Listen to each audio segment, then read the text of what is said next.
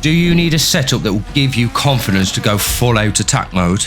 Well, here in Chile, I have made you a strong baseline setup which you can use straight out of the box or make tiny adjustments to suit your driving preferences. I'm going to talk about how this setup came about and why you need it to improve not just your times but your overall experience around these winding mountain stages.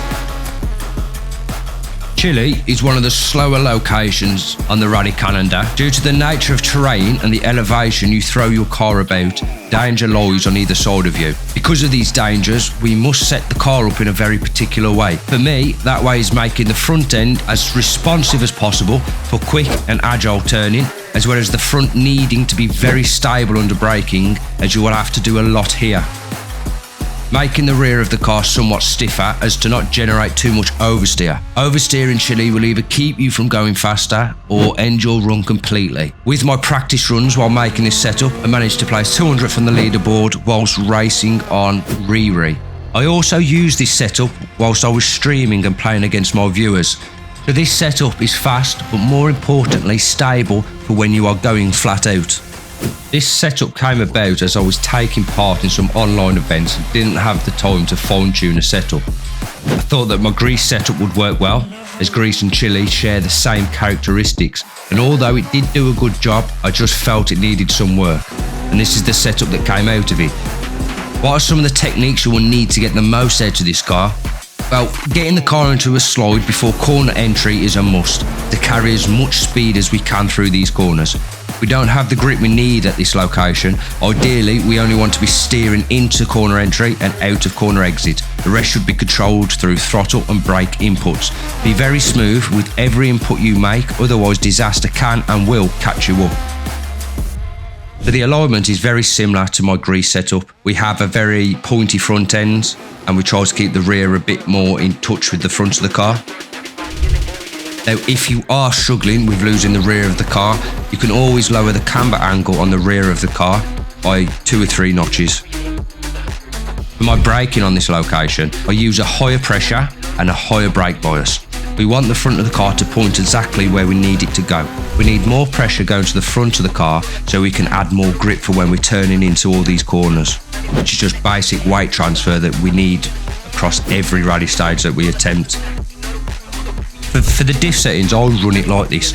You can run them all in the middle ground. Have your preloads fairly similar to how I have got mine. If you are struggling with understeer when there is no grip at all, lower these percentages a couple of notches. Don't overdo it though, because you will have no straight line traction. And within Chile, there is lots of corner complexes where you're going to need to be coming out the corners as fast as you can. I haven't changed my gear ratios too much. I've lowered the final drive a fair bit, and I think I've gone down a few notches on each of the gears. This is just to give us better acceleration out of all the tight corners that we're going to be facing. You can put your final drive up further if you feel like there's too much wheel spin out of these corners. The way I'm running it, this is perfectly fine. Not too much fancy going on with our dampening settings. They're all just fairly neutral. We've done more in the suspension part of this setup to help with all the bumps and the jumps that we're going to be facing. And then our suspension just complements the rest of the setup. We've gone for more of a forward rake with our ride heights.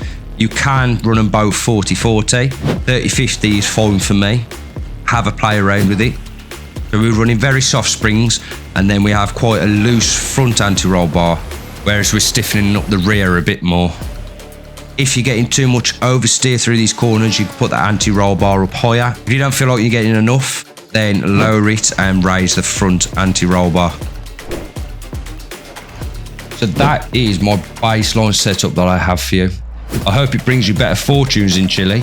Use the information I have given you and then turn it into your own style. I will be checking the leaderboard over the next few days to see where you guys have put yourself. If you enjoy what you have watched, then subscribe to the channel. I provide some of the best and most stable setups out there, perfect for beginners and experts alike. Please like the video to help others see it. Now, having a good setup is only one part of the puzzle.